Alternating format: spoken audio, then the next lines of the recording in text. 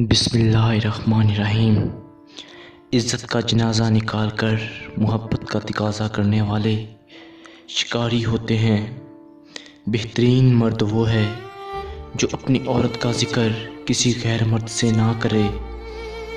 औरत मोहब्बत के बगैर ऐसे मुरझा जाती है जैसे कोई फूल धूप ना मिलने पर अपनी ताजगी खो देता है।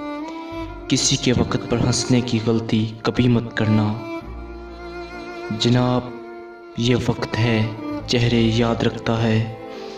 मोहब्बत हो जाना या मिल जाना अहम नहीं होता, मोहब्बत को ज़िंदा रखना और इज़्ज़त देना अहम होता है।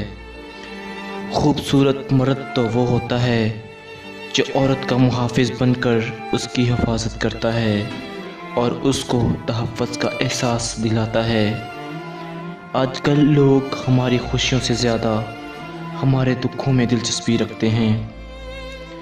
तुम्हारी किसी और से मोहब्बत तो बहुत बड़ी बात है, मुझे अपने अलावा किसी और के वजूद पर उठती तुम्हारी नज़र भी गवारा नहीं।